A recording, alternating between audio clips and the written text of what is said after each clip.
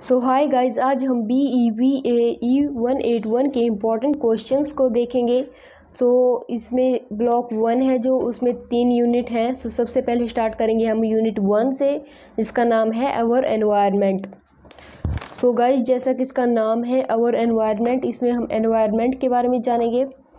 जो first topic है, introduction में ही आप देख सकते हैं, इसमें एक दो क्वेश्चन है जो इम्पॉर्टेंट है। जिसमें फर्स्ट वाला है, जिसमें ये क्वेश्चन आ गया है एग्ज़ाम में भी और आने की आगे भी संभावना है। देखते हैं हम। Despite the vastness of earth, life exists only in a very narrow zone of the earth called biosphere.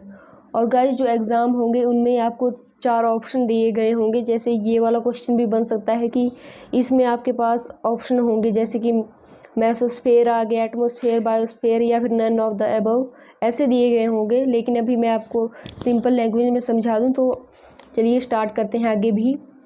उससे पहले गाइस, अगर आपने मेरे चैनल को सब्सक्राइब नहीं किया तो सब्सक्राइब कर दें और वीडियो को एंड तक ज़रूर देखें। नेक्स्ट क्वेश्चन हम देखते हैं। The action and interaction of the physical and living factor makes a system of relationship called. इसमें आ गया आपका इकोसिस्टम। उसके बाद जो आपका आ गया है वो है यहाँ 1.2 में कंसेप्ट ऑफ एनवायरनमेंट में कि environment is defined as the sum total of living and non living components, influences and events surrounding an organism. उसके बाद जो एनवायरनमेंट है, ये आपसे पूछेंगे कि डराइव कहाँ से हुआ, तो देखते हैं। Environment is derived from French word environment.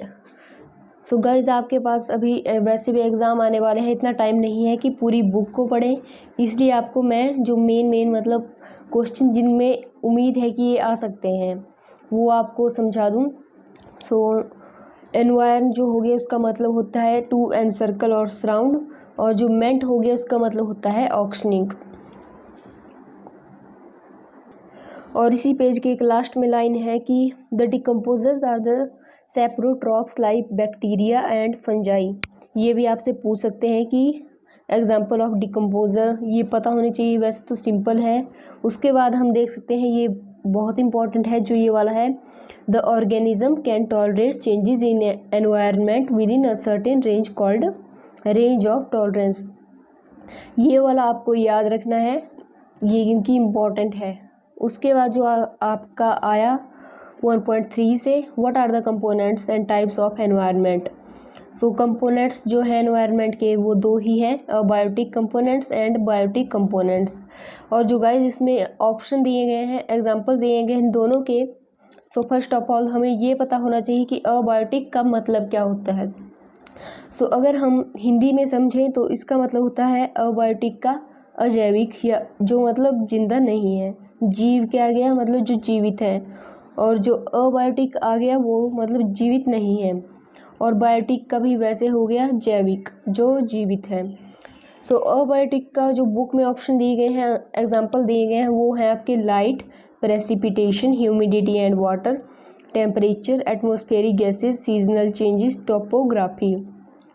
And जो बायोटिक कंपोनेंट्स आपके आ गए वो हैं plants, animals, humans, parasites, micro organism, decomposers. Guys, जो भी जिंदा है, जैसे आपको पता है ह्यूमंस, एनिमल्स, प्लांट्स, ये सारे जीवित में आते हैं, तो आपको समझ जाना चाहिए कि ये बायोटिक कंपोनेंट हो गई। और जैसे भी जो लोहा हो गया, मतलब जैसे और कोई प्रोडक्ट हो गया, लाइट हो गई, टेम्परेचर, ये सारे मतलब जिंदा नहीं, जीवित नहीं है, तो ये अबायोटिक में आ गए। एंड जो 1.3.2 है टाइप्स ऑफ एनवायरनमेंट, इसमें तो एक इंटरनल एक एक्सटर्नल, लेकिन जो मेन वाले टाइप्स हैं वो हैं आपके तीन, natural, human modified and human made. और जो इसमें एग्जांपल्स दिए गए हैं, जिस लाइक नेचुरल एनवायरनमेंट में है आपका ocean, lakes, ponds, rivers, forest, grasslands, deserts etcetera. Human modified में आ गया आपका orchards, plantation, sanctuaries, parks etcetera. And जो उसके बाद ह्यूमन मेड एनवायरनमेंट में आ गया industries, cities, towns, crop fields, artificial lakes, dams etcetera. इसमें से गाइज आपके पास जैसे क्वेश्चन बन सकता है कि पूछ लिया deserts and grasslands are the examples of which type of environment. So आपको पता होना चाहिए कि ये कौन सा है, नेचुरल एनवायरनमेंट आ गया। या फिर आ सकता है just like artificial lakes and dams are example of which type of environment. So इसमें हमारा आ गया ह्यूमन मेड एनवायरनमेंट।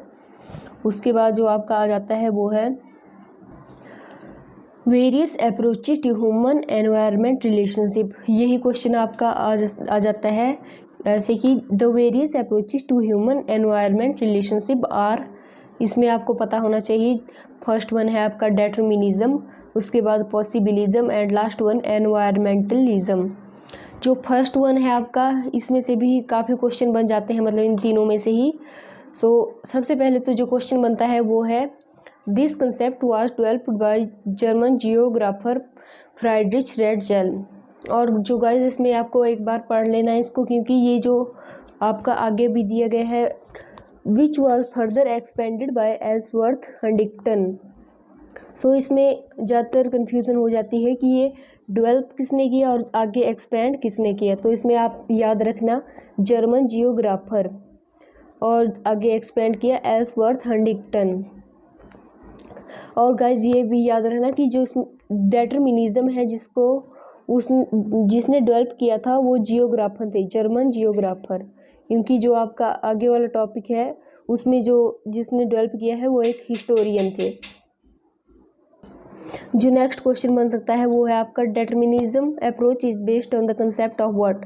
इसमें आ गया आपका नेचर कंट्रोल्स ह्यूमन, कि नेचर ह्यूमन को कंट्रोल करता है, या फिर अर्थ मेड ह्यूमन, कि अर्थ ने ह्यूमन को बनाया। और जो इसको आप एनवायरमेंटल डेटर्मिनिज्म भी कह सकते हैं, ये भी इम्पोर्टेंट पॉइंट है यहाँ पे।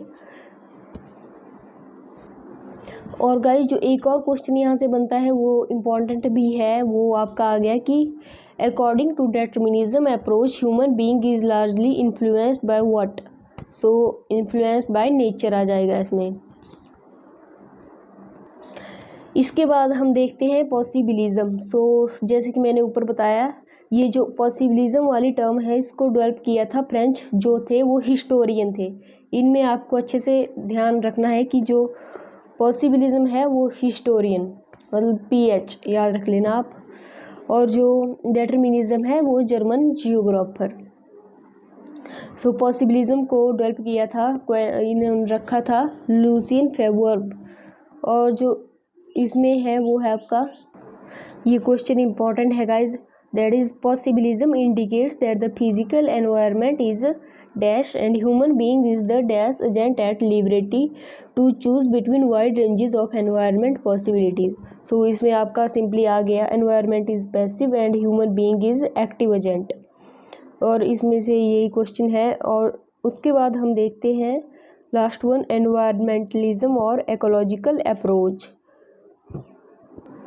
इसमें आपकी फर्स्ट लाइन ही पूछी जा सकती है कि दिस अप्रोच या फिर environmentalism is based upon the principle of what. इसमें आपका आंसर आ जाएगा इकोलॉजी। एंड जो इसका ज़्यादा इंपॉर्टेंट वाला पार्ट है वो है environmentalism emphasises on dash and dash और यूज़ ऑफ नेचुरल रिसोर्सेज। आपका ये वाला जो है उसमें आंसर आ जाएंगे फर्स्ट में वाइज एंड उसके बाद रिस्ट्रेंट। उसके बाद हम देखते हैं इस यूनिट का मोस्ट इम्पॉर्टेंट जो है सस्टेनेबल डेवलपमेंट या फिर कंसेप्ट ऑफ सस्टेनेबिलिटी। जो इसमें फर्स्ट लाइन ही आपकी बन जाएगी, the concept of sustainable development was formally defined in the report. ये पूछ सकते हैं कि किस रिपोर्ट में डिफाइन किया गया था, तो इसमें आपका आ गया अवर कॉमन फ्यूचर। और इसको ऐसे भी पूछ सकते हैं कि ये मतलब किसके अंडर हुआ, हु चेयर दिस टॉपिक, मतलब जो इसमें आ जाएगा ऑप्शन वो है नॉर्वेजियन प्राइम मिनिस्टर ग्रो हार्लम ब्रंडलैंड। आपको सस्टेनेबिलिटी पता होनी चाहिए कि मतलब क्या होता है सस्टेनेबिलिटी का। Sustainability is defined as the ability to be maintained at a certain rate और लेवल। उसके बाद पूछ सकते हैं आपसे कि डिफाइन 3 प्रिंसिपल्स और components of sustainability. First one आ गया environment, economy and social equity. उसके बाद जो इम्पोर्टेंट क्वेश्चन है, in which year the Stockholm conference held. तो इसको आपको ये भी पता होना चाहिए कि हुई कहाँ पे थी। तो इसका जो आंसर है वो आपका है in 1972 at Stockholm, capital of Sweden. And जो नेक्स्ट है कि the declaration made by the Stockholm conference is, तो इसमें ये कहा गया था कि they adopted the declaration on human environment and declaration principles. और उसके बाद आपसे जो UNESCO है इसकी फुल फॉर्म पूछ सकते हैं। सो इसकी फुल फॉर्म आपके पास आ गई, United Nations Educational Scientific and Cultural Organization. और ये पूछ सकते हैं कि ये किस ईयर में फॉर्म हुई, तो इसका आंसर होगा 16 नवंबर 1945, 16 नवंबर 1945। उसके बाद आपके पास पूछा जा सकता है कि जो हरमन डेली थे उन्होंने सस्टेनेबल डेवलपमेंट को क्या रेफ़र किया था। So he refer to sustainable development as an oxymoron. और जो इसमें आगे क्वेश्चन है कि ऑक्सफोर्ड डिक्शनरी मीनिंग में डेवलपमेंट का क्या मतलब है। सो इसमें आपका आ जाएगा अ स्टेज और एडवांसमेंट। एक और क्वेश्चन आपसे पूछा जा सकता है कि when were human beings were aware of ozone layer destruction and green house effect. So इसमें आपका आंसर आ जाएगा इन 1980 में ह्यूमन बीइंग को पता चला था। और जो ये इसमें लिखा गया है, sustainability is the capacity to endure, मतलब सस्टेनेबिलिटी जो है आपकी वो सहने की क्षमता। एंड्योर का मतलब होता है सहना। तो इसका मतलब आ गया कि सस्टेनेबिलिटी है आपकी सहने की क्षमता। और जो सस्टेनेबिलिटी डिराइव हुआ वो जस्ट लाइक आपका पीछे था एनवायरनमेंट, जो फ्रेंच वर्ड से डिराइव हुआ था, वैसे सस्टेनेबिलिटी जो है वो लैटिन वर्ड से डिराइव हुई है। सस्टिनेरी, टेनेरी का मतलब टू होल्ड एंड सस का मतलब आ गया अप। सो इसी तरह इसका मतलब जो आ गया वो है टू मेंटेन, सपोर्ट और एंड्योर। और जो फिर आपके यहाँ पेज नंबर 16 पे एक बॉक्स जैसा दिया गया है जिसमें जो सस्टेनेबल डेवलपमेंट गोल्स दिए गए हैं, जो 17 है, इनको आप एक बार अच्छे से पढ़ के जाना, क्योंकि इनमें से ऑप्शन दे दिया गया होता है आपके पास, जस्ट लाइक ये कोई 4 ऑप्शन दिए गए हैं और उनसे आपसे पूछा जा सकता है कि इनमें से कौन सा सस्टेनेबल डेवलपमेंट गोल है या फिर कौन सा नहीं है। तो आपको अगर ये पता होंगे सारा के सारा तो आप अच्छे से मतलब लिख सकते हो। सो गाइस, जैसे ये बुक में दिए गए हैं वैसे इनको आपको याद नहीं करना। सो आपको याद कैसे करना है वो देखते हैं। क्योंकि ये 17 है तो इसके चांसेस बन सकते हैं कि हम भूल सकते हैं, क्योंकि कई बार याद नहीं भी रहता। और जो एग्ज़ाम में आपको MCQ में ऑप्शन दिए गए हैं वो भी आपको उस टाइम ऐसा लगता है कि हमने शायद ये पढ़ा था, नहीं पढ़ा था, मतलब याद नहीं रह पाता, क्योंकि इतने ज़्यादा थे तो किस किस को याद रखना। सो आपको जो ये देखना है कि जिसकी स्टार्टिंग सेम वर्ड से होती है, जैसे लाइक फर्स्ट ऑफ ऑल हम जी देख लेते हैं। सो ऑप्शन 3 है जैसे good health and well being. उसके बाद जो 5th वाला है वो भी जी से स्टार्ट हो रहा है, जेंडर इक्वेलिटी। उसके बाद जो आपका है आपका आ गया लेटर सी, जो ऑप्शन 6 है clean water and sanitation. And उसके बाद जो आ गया 13 आपका क्लाइमेट एक्शन। उसके बाद आप देख सकते हैं letter R reduced inequalities and responsible consumption and production.